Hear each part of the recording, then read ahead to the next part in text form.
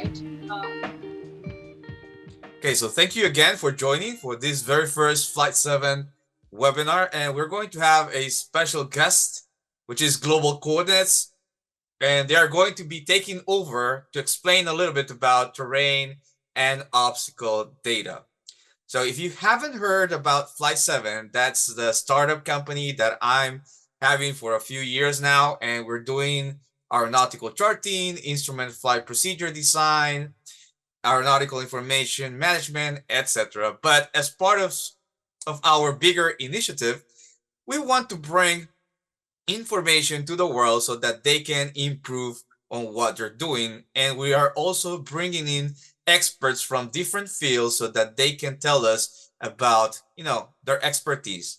So I know a little bit about terrain and obstacle data myself, but I don't collect it and I don't process it directly. So I always try to bring experts on the field.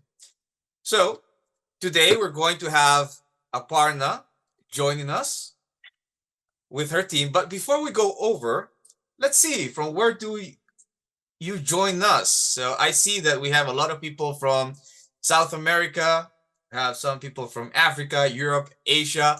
Also, be free whenever you want. You can ask questions via the chat function, okay?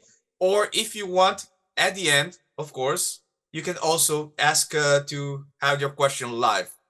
So without further ado, let's share the results. So we have a lot of people from South America and Africa at the moment and Asia. Okay, so let's go on. And like I said, we're going to have Global Coordinates team here. Aparna, if you can say hi, open your camera and just say hi there to everybody. Okay. Um, Hi, and everyone. she's from India, attended PenSub's course at Singapore Aviation Academy a while ago.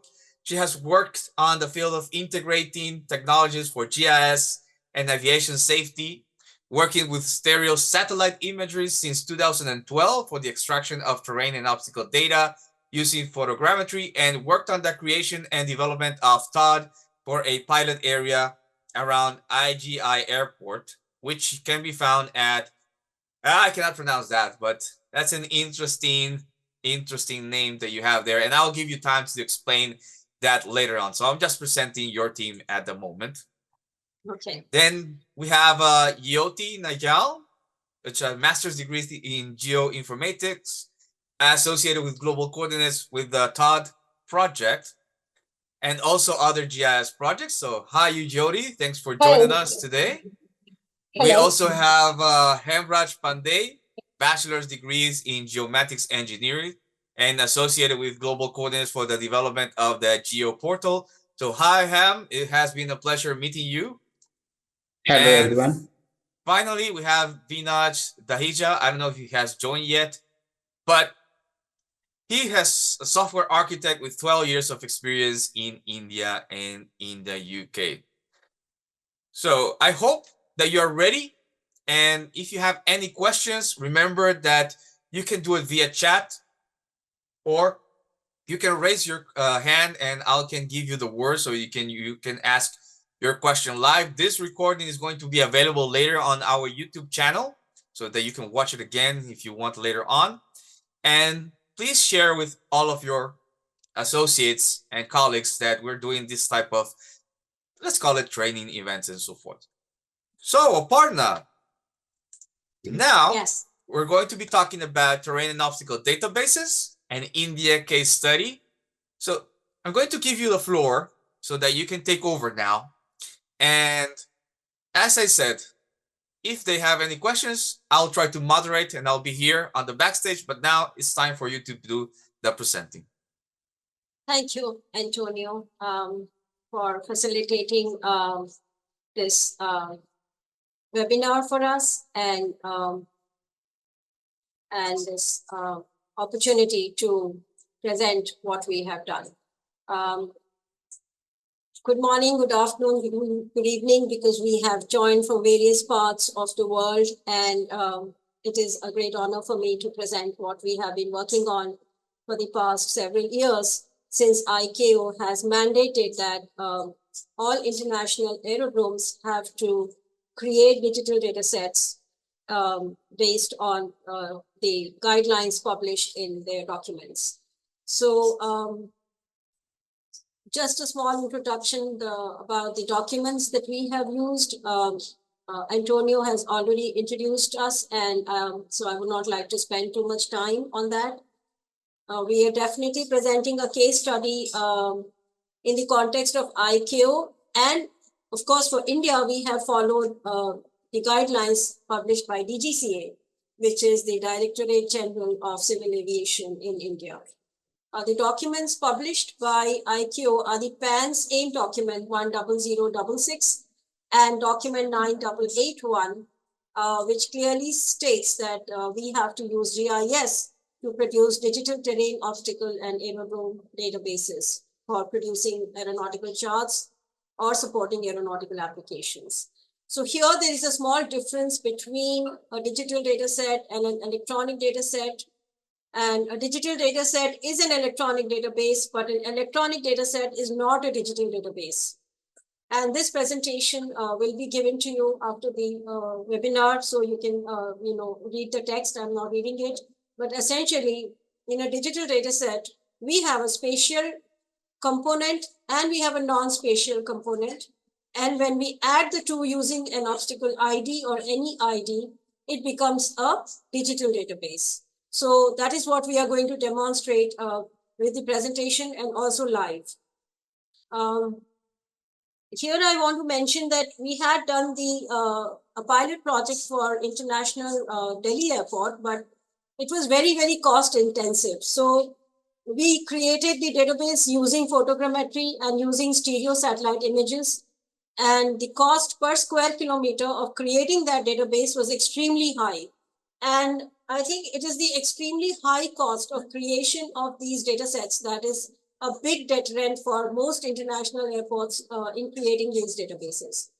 So for Mumbai in India, what we have done is that we have used data mining, and we have used existing database already published by the Airport Authority of India, which is in the form of AIP, which is the first half of the slide. And we have used the NOCs, which are already published. So these are databases which are already published by most civil aviation authorities. So we do have the AIP, which publishes surveyed obstacles, and we do have the NOCs, which is the no objection certificate issued for any building which is being constructed within an area of 20 kilometers for this country, and maybe in your country it is some other guideline. So this is the flow chart, which I'll try to go over quickly in how we have used data mining. So we have used two data sets. We have used the obstacles published in the AIP, and we have used the data set of all the aeronautical studies conducted for giving more height to existing obstacles. So when an aeronautical study is conducted, it definitely means that the obstacle is already penetrating the obstacle limitation surface. So if it is penetrating the obstacle limitation surface, by definition, it becomes an obstacle. So we have taken these two data sets and we have plotted them in GIS environment. And we have used ArcGIS software, which we will be showcasing later. And what we have done is that for the same area, we have taken a high resolution satellite imagery, and we have plotted the points over the satellite imagery and then captured the building polygon, whatever is the boundary of the obstacle from the satellite image, and then divided the obstacles into various areas and then calculated the penetration. And that has been used to create the attribute data, which is then linked to the spatial data. So I'm just showing you a sample of the approach surface, the approach, takeoff, and IHS. So these are the obstacles that have been captured, which in GIS environment. And the zoom level is not too much, so you can see them as points, but there are a lot of polygons, and we will be able to show them to you soon. So based on the data mining, we have been able to capture 4,401 obstacles within the 45 kilometer radius from the ARP. And this by no means is exhaustive. Definitely, if we were to follow the exact guidelines from ICAO, there would be many more obstacles. But as a first cut, as a first version, just capturing the obstacles published in the AIP and the NOCs, which have gone for aeronautical study. It gives us a starting point. It doesn't cost too much, and we can plot this in QGIS, and it becomes a very cost-effective way of starting with the first version of the digital obstacle dataset. We are focusing more on the obstacle part this time because it will take too much time to cover both terrain and obstacles. So we are trying to focus on the obstacles in this webinar.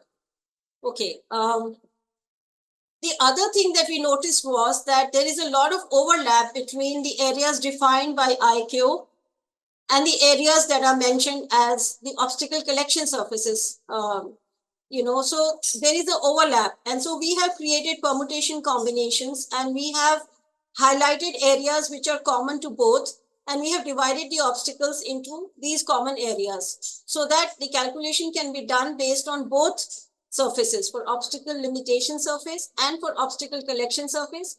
And we have added the attribute based on the calculation for both.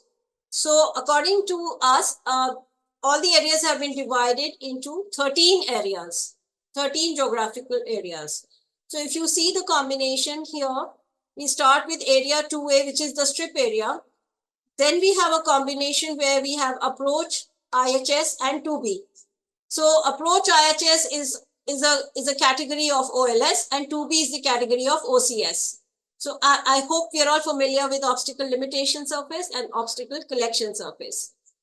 Then we have inner conical approach and 2B. Then we have approach OCS and 2B. And then we have approach takeoff IHS 2B, approach takeoff ICS 2B.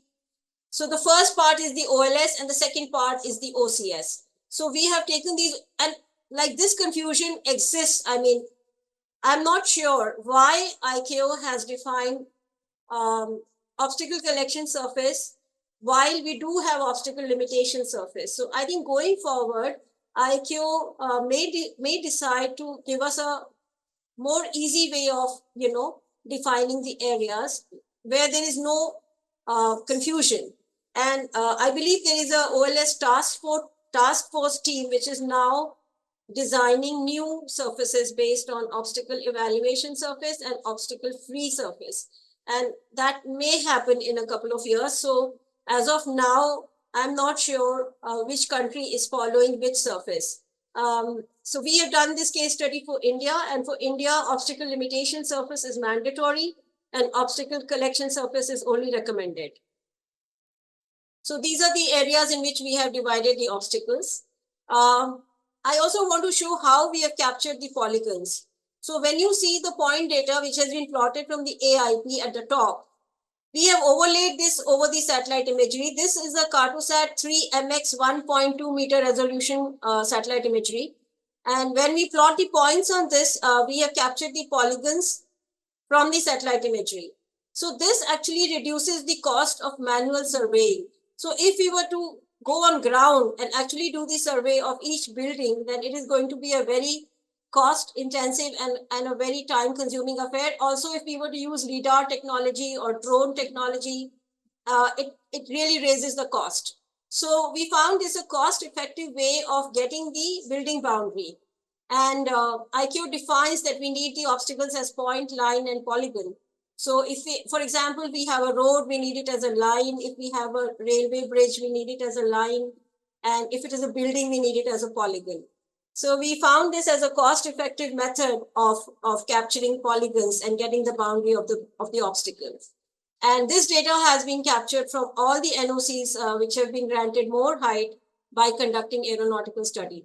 So all of this is actually published data, and it is already validated. So we do not need any more validation. So one more cost gets reduced. So the validation cost is reduced because this is already validated data published in the AIP and in the NOCs. This is the metadata, which is mandatory as per ICAO.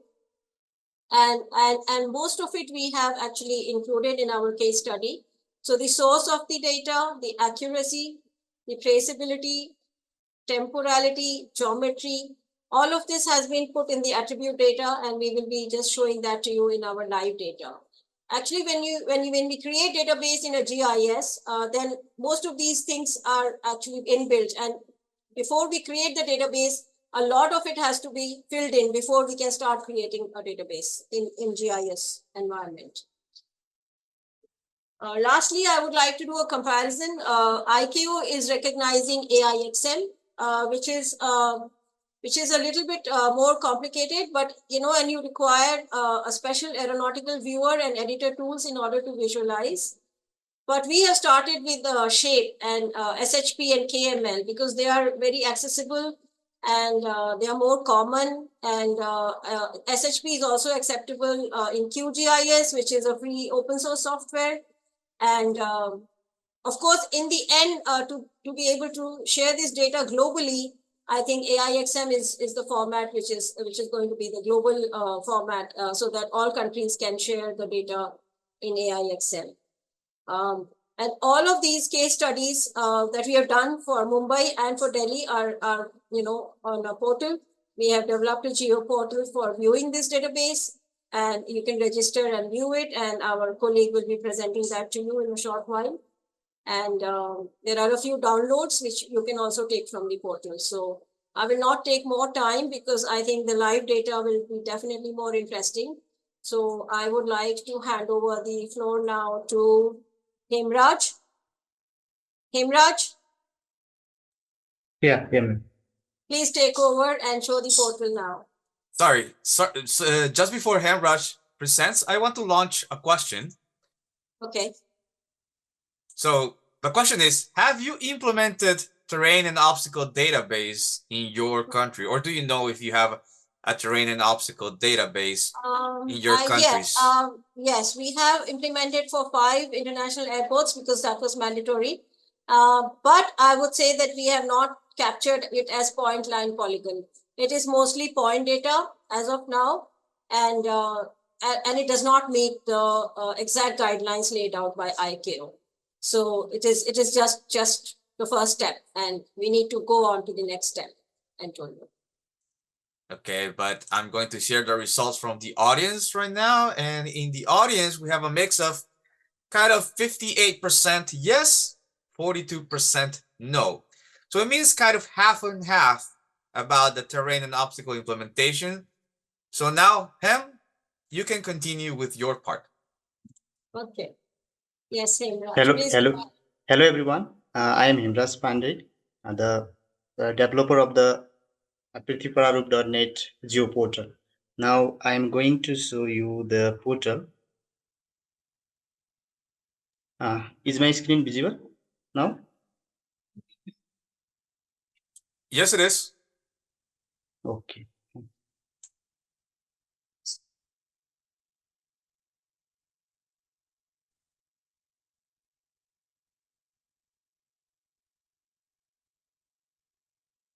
Okay. This is the portal. I think.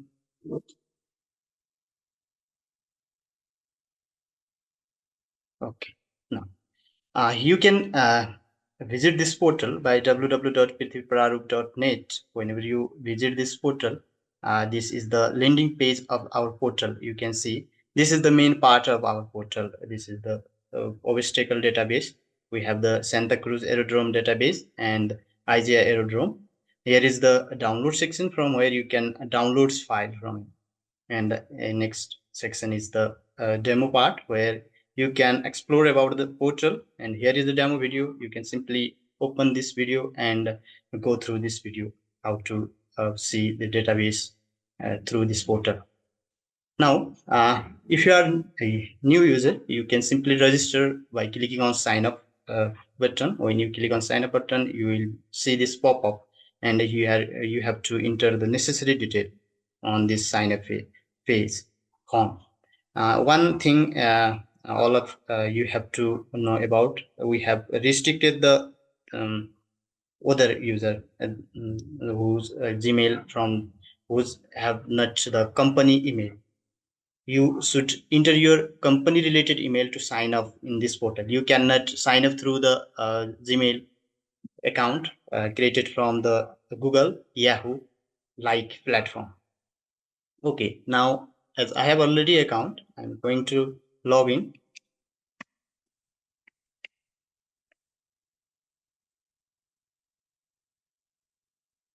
Okay. Now I'm going to I mainly focus on this Santa Cruz Aerodrome in this presentation. This is the main dashboard of our portal.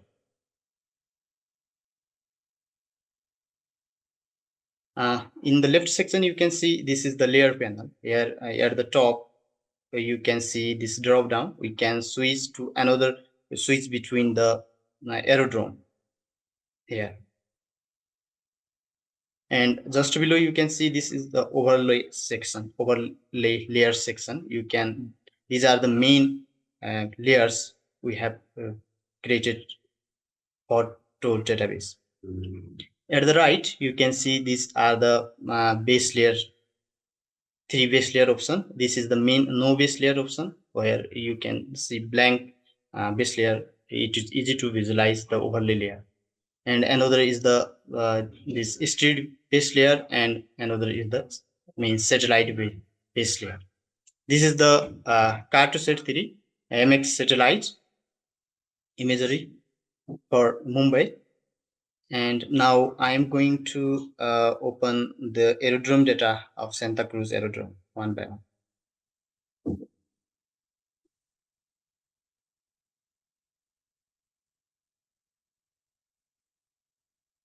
Okay. Now this is the aerodrome dataset of Santa Cruz Aerodrome. You can see the attribute of this dataset by clicking on View Attribute button tool and simply click on those layers. Also, just below, we have the overstable collection surfaces, AIP appeal to dataset and terrain dataset. Now I'm going to open AIP appeal dataset, and inside this there is the obstacles approach take off. I'm going to open these obstacles.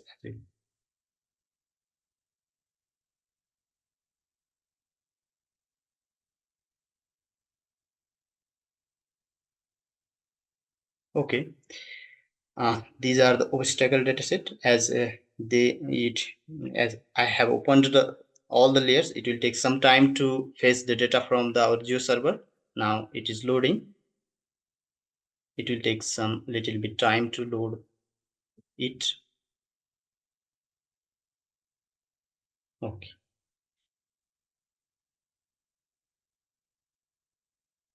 These are the obstacle datasets.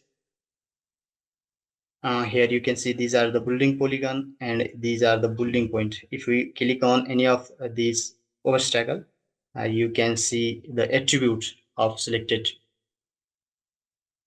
obstacle. You can see OBS ID. These are all the attributes are calculated by global coordinates. Here you can see these are the height, like this runway number. These are all the attributes created by the global coordinates. Okay. Now it will be better to visualize if we switch to the satellite base layer. If we switch to the satellite base layer, it will load this data again on this base layer. It will take little bit time to load. Here it is loading now. This building polygon is created by digitizing the satellite imagery. Here, this is the building polygon, and another here is building point. Building point. This is the building point we have taken from the Airport Authority of India, and here these are the attributes computed by the global coordinates.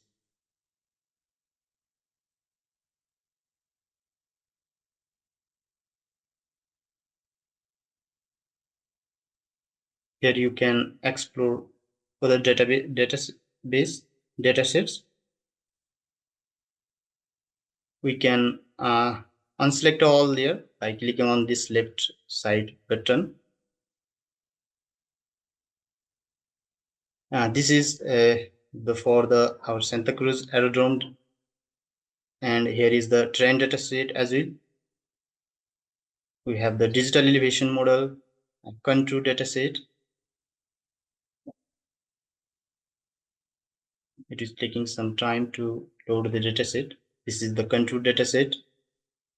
There is the obstacle collection surface dataset as well. You can see the dataset also, this dataset. Okay, this is for our Santa Cruz aerodrome, and another here is the IJ aerodrome, Delhi, for the Delhi. And here is the overlay layers. You can see the aerodrome data as well. For this, we have the AOI, obstacle collection surface, and Delhi terrain dataset.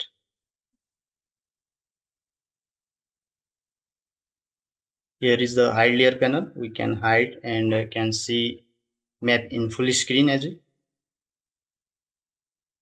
Thank you. This is from my side.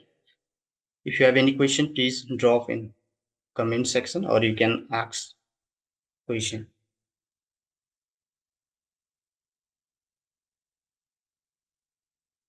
Thank you, Thank Hem. Actually, that was pretty interesting and showing the way that the portal worked and all of the different layers. And of course, as you have more data, then it's going to be more complicated. It's going to be requiring more resources in order to show up. So this geoportal is the end product of after you have processed something, of after you have processed the data and you want to share it to people. And before we go to Yoti, I want to launch the following question. Do you think terrain and obstacle data should be provided? And I'll go even further because sometimes you can have this sort of geoportals and visors, but should you also be able to download the data and use it for other purposes? Aparna mentioned in her first part about using AIXM, and also she mentioned about realities that it is a complex model. It has a lot of complexities. It's not easy to use because not every software is able to read the data out of the box. So maybe should we also consider using other type of formats like the shapefile, which is old, or GeoPackage or KML? I'm just going to leave that until the end, but just asking a few questions there so that people know that there's a lot of things still working out on data. And about AIXM and JFiles, those is only for the survey data, but we also have terrain, which is usually in a GeoTIFF format. So I'm going to give time for Yoti to do her part of the presentation.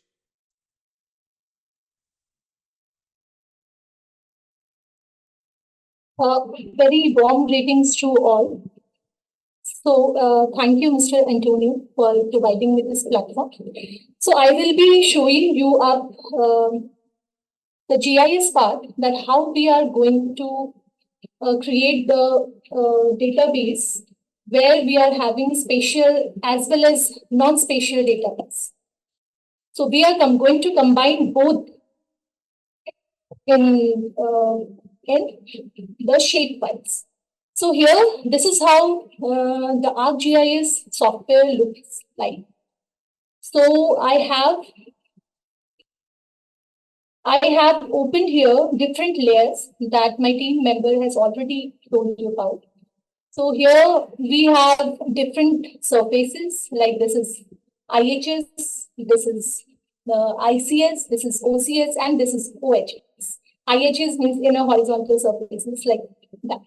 So here you can see cluster of different data, which is point as well as polygon. So the data that I have added into this layer is it is of different obstacles like building points, tree, that you can see here in the layer panel. This is the layer panel where I have opened all the data. So we have different obstacles like tree, building point, tank, stack, pole, nav aid, natural high points, which have been considered as obstacle, and they have been included in AIP, and they have provided the details. Airport Authority of India have provided details about these obstacles. Now let me show you that how these obstacles looks like in the aerodrome. So I have opened here Santa Cruz Aerodrome, Mumbai Aerodrome, where this is runway. This is runway 0927 and 1432. This is the runway strip, and these are the approach surfaces. Okay, so I want to show you that how we are calculating, how we are providing information through these shape files. See, we are calling these as shape files because we are creating them in form of point, polygon, and line. So if we have to capture building, then we are going to capture it as a polygon on real ground. And if we want to capture, tree, and obviously tree has a canopy, but AIP is going to give you all the data in the form of point format. So here is the attribute. We have obstacle ID, we have runway area, we have obstacle type, latitude, longitude. See, latitude, longitude is the spatial information for that particular obstacle. And if we move further, we have this information, that is the remarks, where it is like where that point is on the actual earth. So this is their address for that particular obstacle. So this is again non-spatial data. So we are going to combine these non-spatial data from AIP, the handout that has already been provided to you all, or maybe later. So we are going to connect these non-spatial data and the spatial data for the obstacle through a particular ID, which is obstacle ID. So here we have created the obstacle ID, and all these obstacles have been taken from AI. So how to calculate the distances or permissible height for these particular obstacles, that I can show you. And before that, I just want to show here that there are two methods to calculate distances of the obstacle from the runway. We are going to compute distance from the runway end and the distance from the runway strip. So there are two methods. I can use the distance tool to compute the distance. See, the distance from runway end. This is runway end, and the obstacle I've taken here is, sorry, it will take because this is huge amount of data, so it will take some time. So this is the obstacle that I've taken here is building point. So the distance here, I can calculate it manually by using distance measure tool, and here it is showing 3,743.359 meters. So this is one way of calculating distance between the obstacle and runway strip, and from the runway strip, and distance of the obstacle from the runway end. One more method is there that I can show you. So I will show you how to calculate it by using the tools. I am considering here this obstacle. See, the obstacle here is when you are going to move the cursor, you will automatically get that this is your building point obstacle. So the ID, you can get the ID by using I tool, which will give you the information for this obstacle. So here it is clearly given BABB 1624. So this is the obstacle ID for this building point, and you can get all the information here. You can get the latitude, longitude value from this particular window, and the rest of the details. So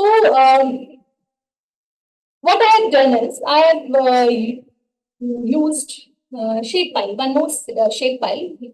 Like if I want to measure the distance, then it can be a line. So I have taken this line 1624 for this particular obstacle. What I can do is I can simply create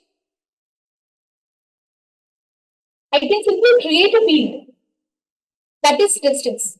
And I need not to use this measure tool to calculate the distance. So I will create the field. The field will be distance. And I have mentioned here in this section that distance, the distance that we are measuring from where? Runway end and runway strip. So the distance is this. Okay, now I have created this field distance. For the calculation of distance of the obstacle, this obstacle, which is having ID VABB 1624, I will simply run this tool, calculate geometry. See, I have different options here. I can calculate, since this is line, and line can have the dimension as the distance. So this is going to give you coordinate system of the data source. And we are considering Mumbai Aerodrome. So we are coming into the zone of UTM zone 43N. And I want to calculate the distance in meter units.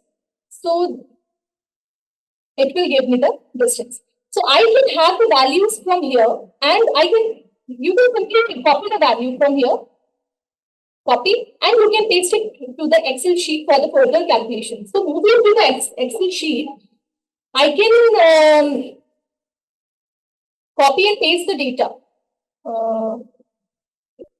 Let me calculate.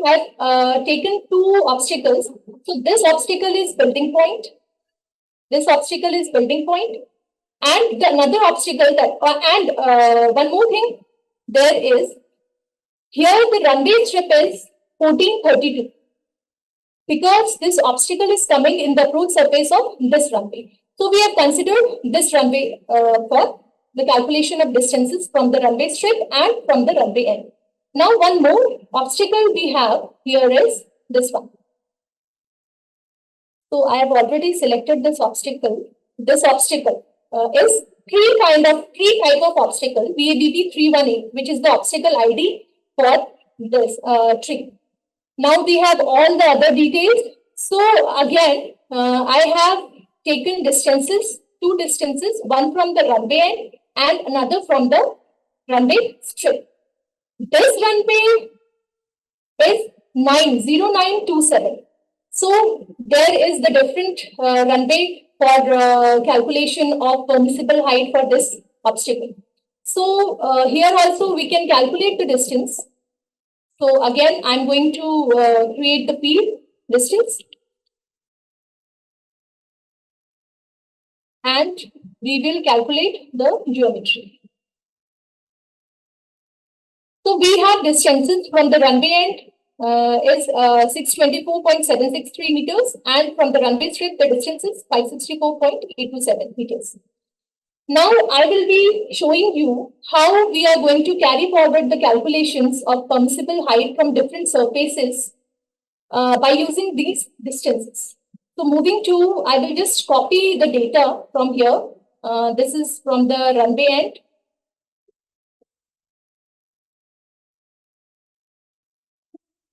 And this data from the runway strip.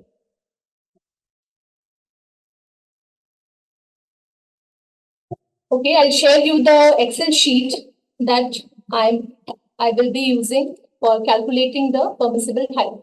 Okay, so this is the Excel sheet where we have details for the obstacle, the same details that I have shown you in GIS as the attributes. We have obstacle ID, we have runway 0927, we have latitude, longitude information, and we have feet in unit feet.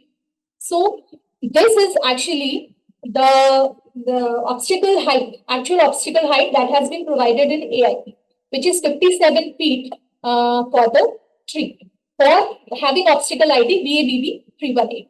So moving to the calculation, first layer is IHS. Since the distance is already less than 4,000, so the height, permissible height in IHS will be 45 plus aerodrome elevation. So how to get the value of aerodrome elevation? That also you will be having from AIP, which has been published by Airport Authority of India. and all the data has been validated. So no need to, there is no need of QC for this data. So this is already validated by Airport Authority of India. So we have Mumbai, we are considering this special case, Mumbai Aerodrome. So the aerodrome elevation of Mumbai is 12.13 meter.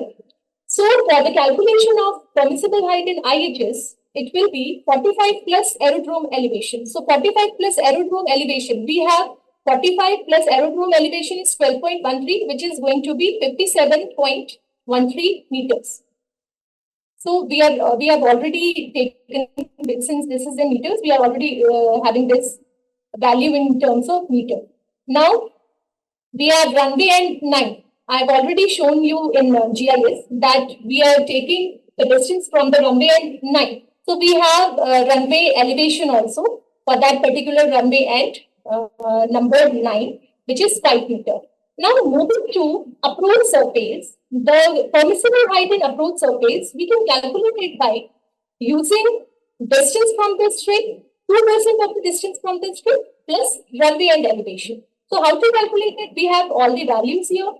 So we can just distance from the strip, 2% of it plus runway and elevation. So this is your runway and elevation. So we are having the value 16.297 meter. Moving to takeoff surface, the calculation is again distance 2% of distance from the strip plus runway and elevation. So we are going to again calculate here distance from the strip 0.2% plus runway and elevation. Runway and elevation is 5. So this is 16.297 meters. So here, how to get this value?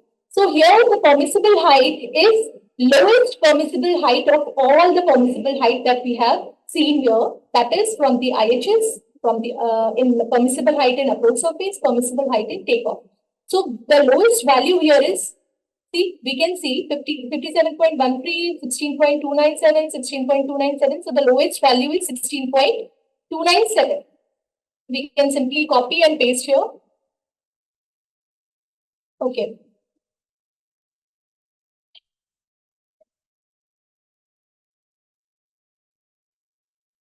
Now, this is top elevation in meters unit. So the top elevation, actually, this is the existing obstacle, existing height of the obstacle that we have already seen here, which is 57 feet. Now I have to, since we have all the calculation in meters, so I will be converting it into meters.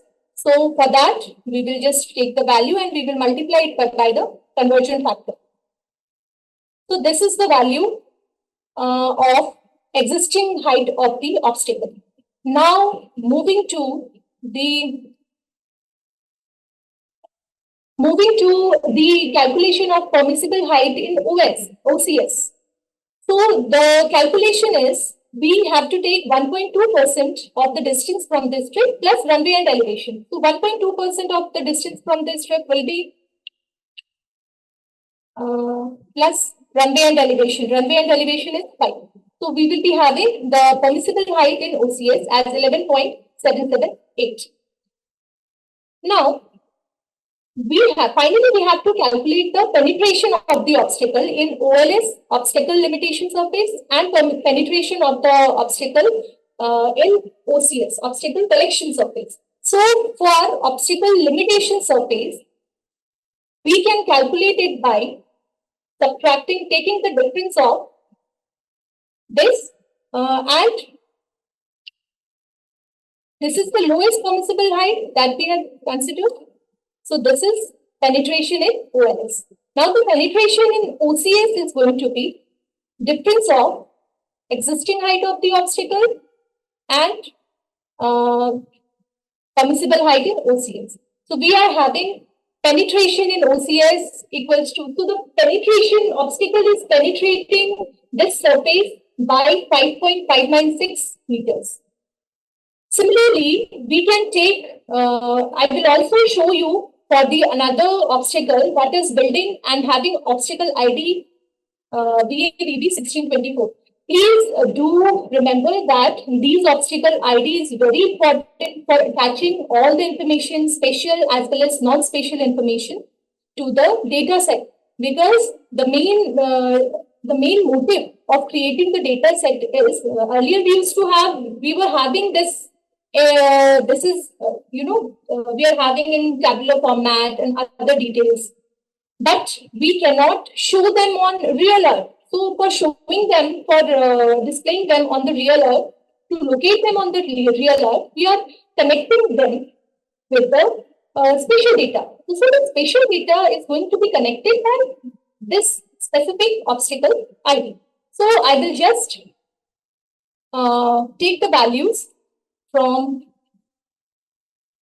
GIS that I have already shown you. So the value is distance from the runway end. Distance from the runway end and distance from the runway strip.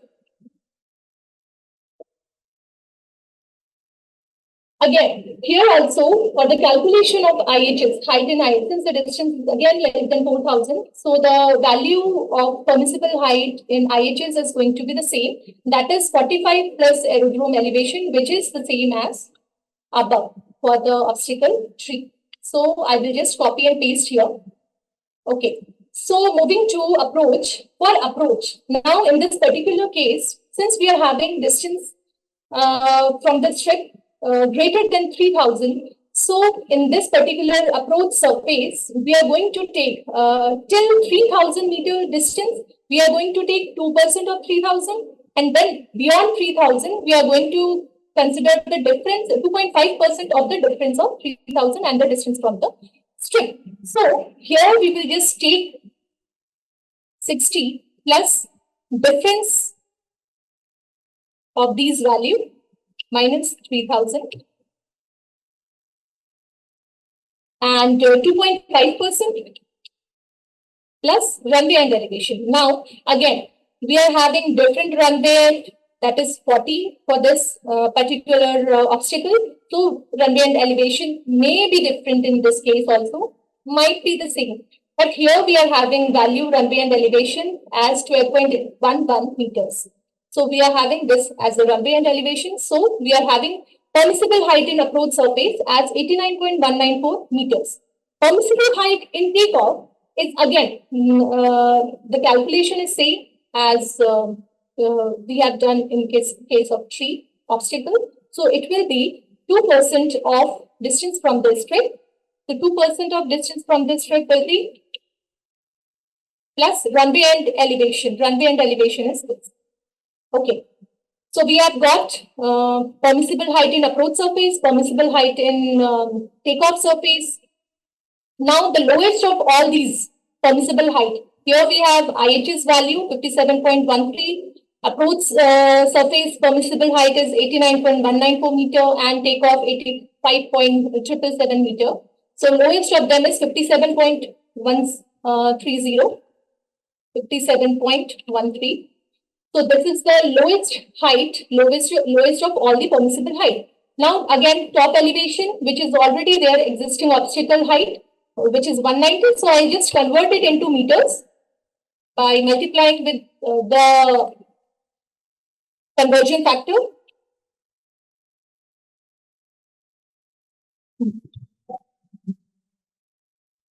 P048. So the existing height of the obstacle in terms of meter is 57.912.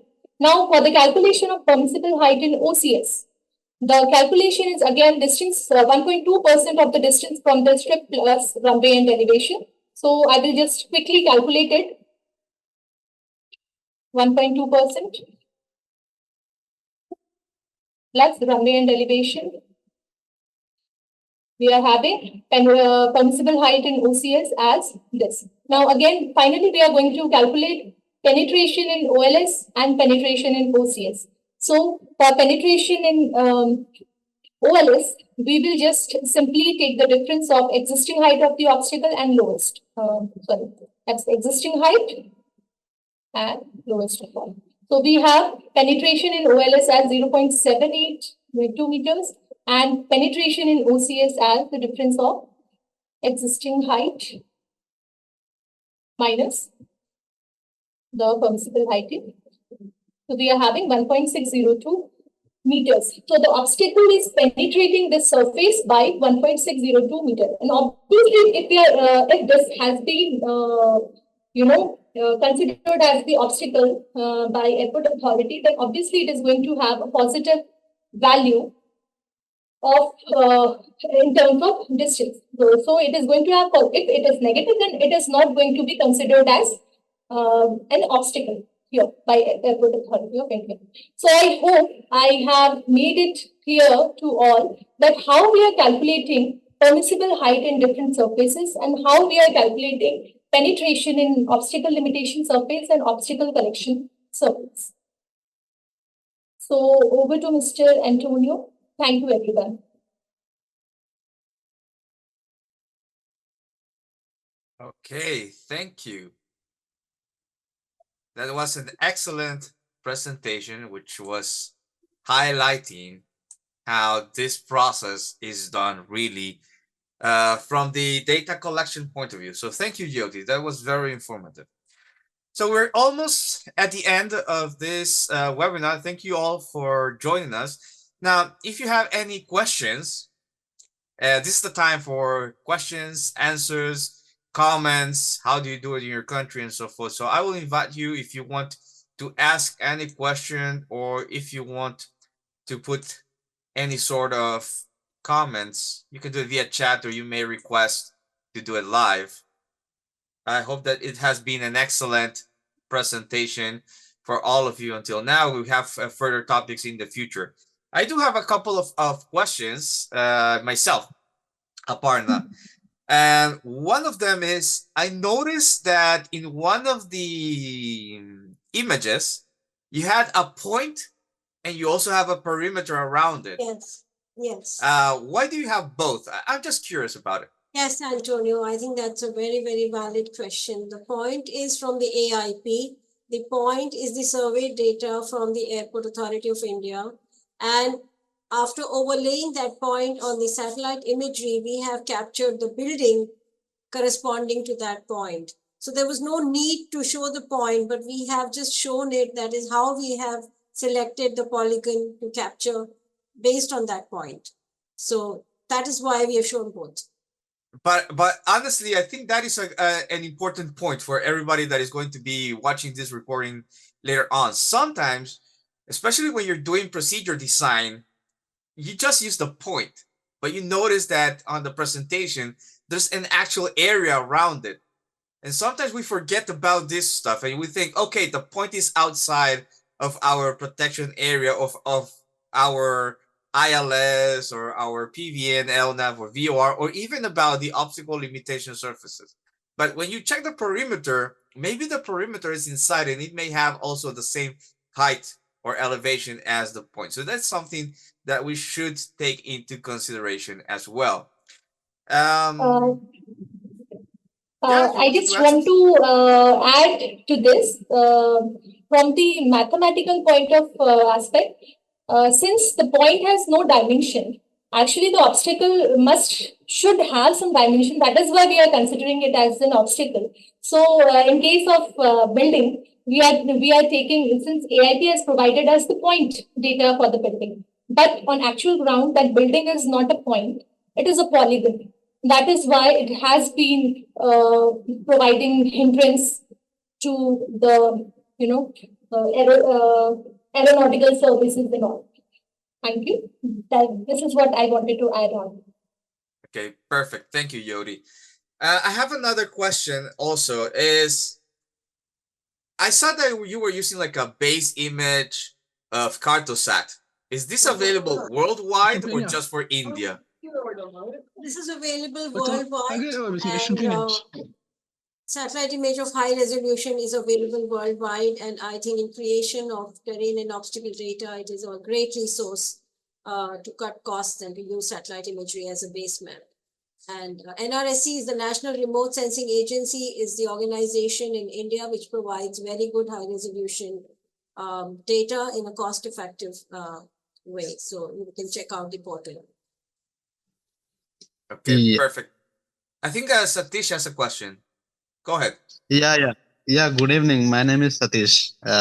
Actually, my question is the points and polygons have shown in that what do you call software. Those are just structures. How could you find directly go to obstacles which are actually infringing the surfaces? Do you have any color code for that? The attribute data actually provides the penetration. If the penetration is positive, it is an obstacle. And the color code is only to delineate the type of obstacles, but you can use a color code to also only highlight those obstacles which are penetrating. So that's something that can be done in the software. We have not done it here because all of these obstacles are penetrating. So there is no all of these obstacles have a penetration which is positive. Either they are penetrating the obstacle limitation surface or they are penetrating the obstacle collection surface. So we did not need to divide them. All of them are penetrating. Okay, okay. Thank you. And one more thing, already you are publishing type A chart and type B and precision approach terrain chart. What is the need for complete process of this ETAT? This database is being mandated by ICAO for multiple reasons. It is not only for creation of charts. I think it is to be used in procedure design, in collision risk modeling, in avoidance of collision with terrain. And I think there are multiple applications, and this database is to be shared with other countries also in a common format so that everybody has availability of this data. And there is a seamless merging. So that is the aim of, aeronautical information management system, which is ultimately going to be a seamless, wide network so that everybody can access that network and this data. Yeah. Yeah, Okay, thank you very much. And yeah. Yeah, just go ahead, And Satish. yeah, in future, is there any possibility of merging PANSOPs and CNS perspective also to this ETAT? Yeah, What do you call absolutely. it? ATOD data has to be given in a format where the procedure designers can and take it, directly into their design softwares and use it directly. And it needs to be updated periodically so that there is a seamless merging.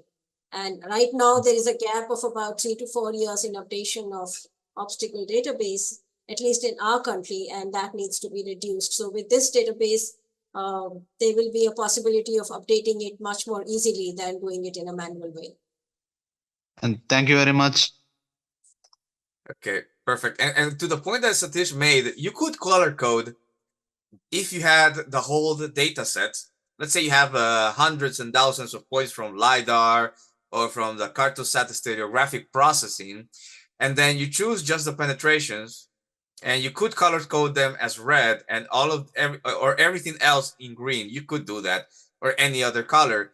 But I understand that in this case, for this demonstration, you only showed the ones that are penetrating, because if not, you're going to have a lot of data. You already noticed that with the filter obstacles, just the ones that were penetrating, it was a little bit demanding on the network to try to download the information. The more data that you have, unfortunately, it's going to mean that more resources are going to be required in order to be able to process those data. So a final question, because we're almost at the mark. And this is, for example, can you use drones or AirPass to do the data collection instead of using Cartosat? Because one of the key things about terrain and obstacle databases is that you need to have continuous updates on this, at least for an area around the airport. And this can be very costly using traditional methods. And I don't know how often, for example, Cartosat is updated, because according to procedure design, at least you should do a yearly check. Absolutely. Cartosat is actually updated every month. I mean, it's a satellite is really is continuously rotating the Earth. There is a very good frequency, but we can use drone. And only thing is that it is very, very cost intensive. If you use drone or LiDAR, and to get data per square kilometer is a very high cost. So cost is the biggest, deterrent today.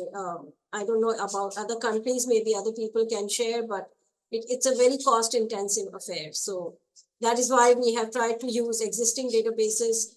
And as the first version, anyone can, any airport operator can do this as a first cut, to use the existing database and use data mining and some high resolution satellite imagery to capture the polygons, we capture the obstacles, the boundaries of the obstacles. Okay, perfect. So with this, we end up our presentations for today's webinar. So thank you for joining us. Recording will be available on our YouTube channel once we process, and see you on the next one. See you. Thank you, everyone. Thank you, everyone. Thank for you, joining everyone. us. It's very Thank you. helpful.